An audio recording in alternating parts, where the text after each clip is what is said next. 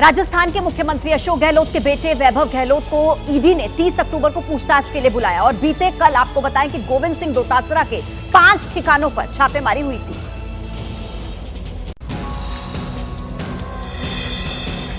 पहली तस्वीर राजस्थान कांग्रेस के प्रदेश अध्यक्ष गोविंद डोटासरा के जयपुर और सीकर वाले घर की है, जहां गुरुवार को ईडी की टीम ने दस्तक दी और करीब 12 घंटों तक जांच और पूछताछ की प्रक्रिया चली।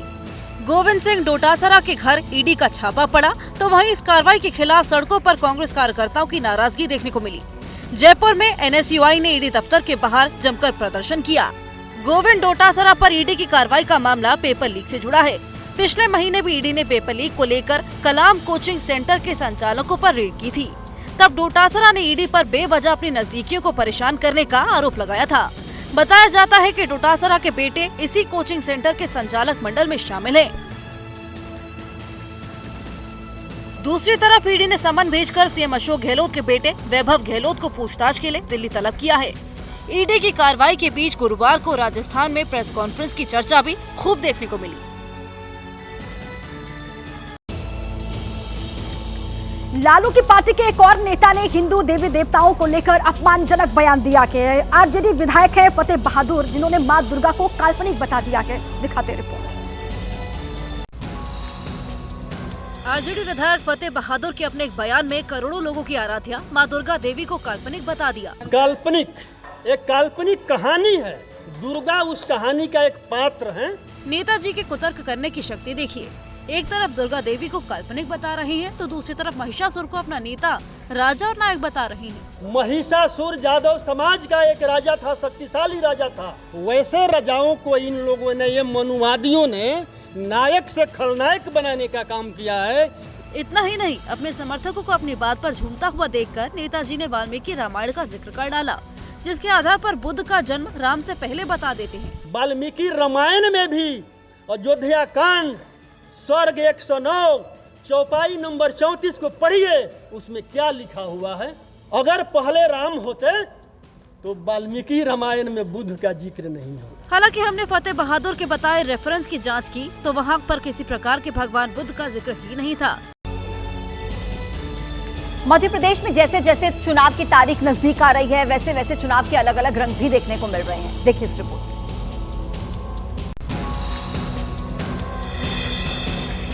मध्य प्रदेश में चुनावी तनाव के इस माहौल के बीच कुछ हल्के फुल्के नजारे ऐसे भी हैं, जिसे देखकर आप भी ठहाके लगाने पर मजबूर हो जाएंगे।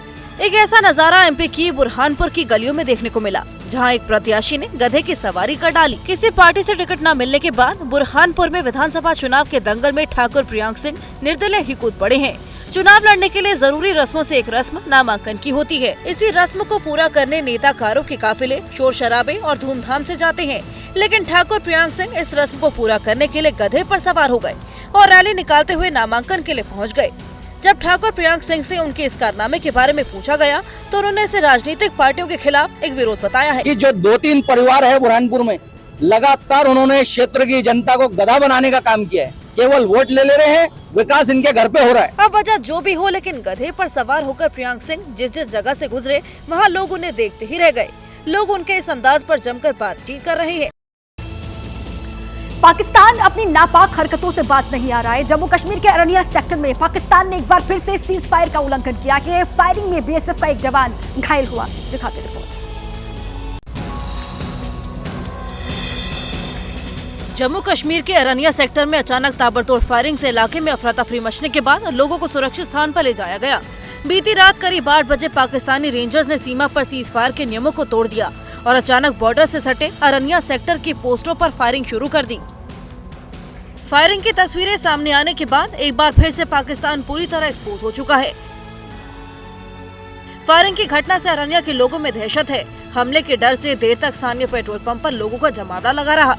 बहुत फैर हुए, हाँ बहुत सारे छुपे हुए इधर इधर सभी लोग जो फैर शुरू हुए बेड़े बैठे ना, सभी लोग किते किते बेचारे चल गए। अरनिया सेक्टर में बॉर्डर से सटे इलाकों में रहने वाले लोगों को सेना ने घरों के भीतर की रहने की सलाह दी है। पाकिस्तान की ओर से मोर्टार दागकर बीएसएफ के पोस्ट को भी निशाना बना गया। बीएसएफ ने पाकिस्तानी रेंजर्स को मुंहतोड़ जवाब दिया है। रिपोर्ट मिलने तक दोनों ओर से फायरिंग जारी है। आतंक और घुसपैठ की साजिश में लगातार नाकाम होने के बाद पाकिस्तान एक बार फिर से बौखलाया हुआ है। आपको सीधे लिए चलते हैं हैदराबाद, जहां केंद्रीय गृह मंत्री अमित शाह सरदार वल्लभ भाई पटेल राष्ट्रीय पुलिस एकेडमी में आयोजित पासिंग आउट परेड में सलामी लेने पहुंचे हैं। तस्वीरें आप देखिए पासिंग आउट परेड में। इस बैच में 175 नए आईपीएस पास आउट हो रहे हैं और जिसमें 20 विदेशी भी शामिल हैं। दीक्षांत परेड में 34 महिला ऑफिसर भी भाग ले रही हैं। दो तस्वीरें आपके सामने, पासिंग आउट परेड सीधी लाइव हैदराबाद से आप देख रहे हैं और तस्वीरें आप देख रहे हैं। गृह मंत्री अमित शाह इस कार्यक्रम में मौजूद हैं। काफी खास आज का दिन, पासिंग आउट परेड में सलामी लेने पहुंचे थे गृह मंत्री अमित शाह। उस वक्त की तस्वीरें भी आपके सामने हैं। ये तस्वीरें आप देखिए।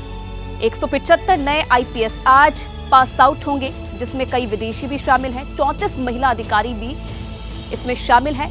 175 नए आईपीएस इसमें हिस्सा ले रहे हैं।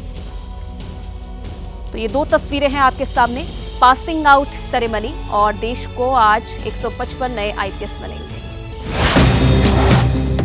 आज एमपी दौरे पर रहेंगे पीएम मोदी, जगतगुरु रामभद्राचार्य से करेंगे मुलाकात। चित्रकूट में तुलसी पीठ के कार्यक्रम में होंगे शामिल पीएम, उससे पहले करेंगे कांच मंदिर में दर्शन। भारत मंडपम में 7वें भारतीय मोबाइल कांग्रेस का उद्घाटन करेंगे पीएम मोदी। देश भर के 100 सेक्टोरियल संस्थानों को 5G यूज लैब का लाभ।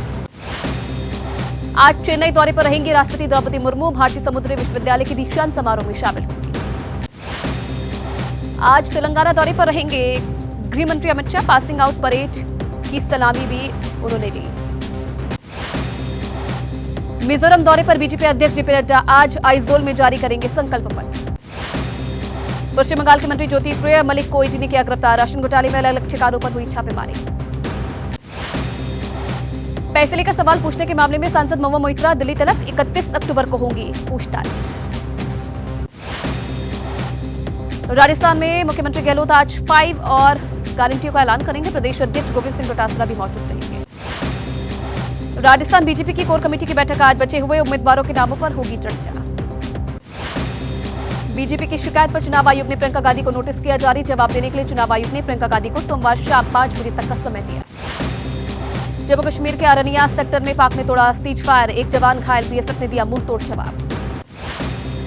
अरनिया सेक्टर में पाक रेंजर्स ने की ताबड़तोड़ फायरिंग, मकान के अंदर बिखरा सामान, दहशत में लोग। भारत पाकिस्तान बॉर्डर पर मिला made in China drone, border पार से ड्रोन के जरिए की जा रही हथियार और ड्रग्स की तस्करी। वर्ल्ड कप में आज पाकिस्तान और दक्षिण अफ्रीका के बीच मुकाबला, दोपहर 2 बजे से चेन्नई में होगा मैच।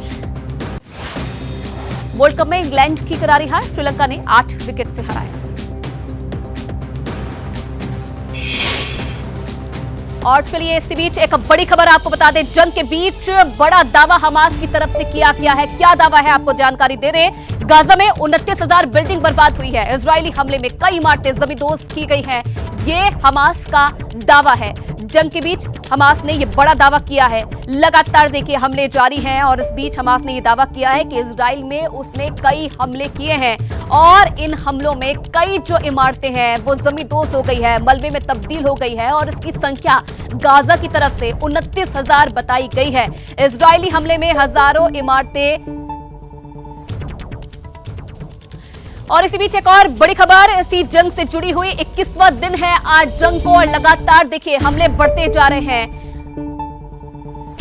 बड़ी खबर यह है, इजराइल हमास की जंग के बीच कि मिडिल ईस्ट में 900 अमेरिकी सैनिकों की तैनाती कर दी गई है।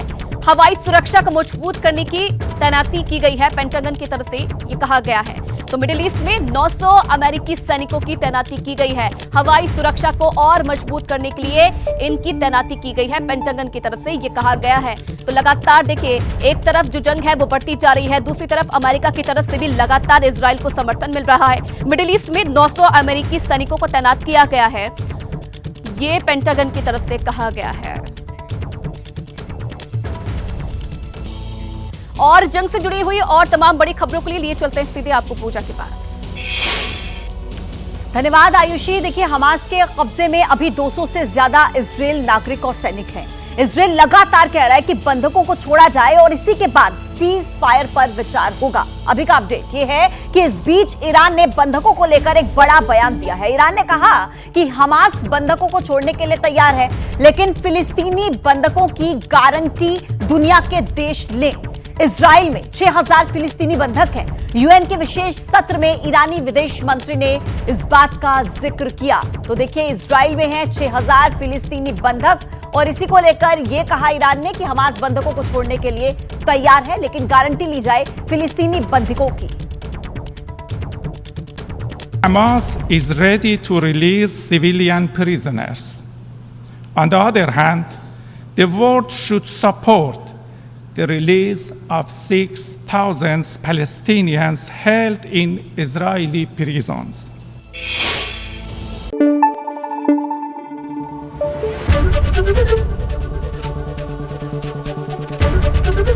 ABP न्यूज आपको रखे आगे।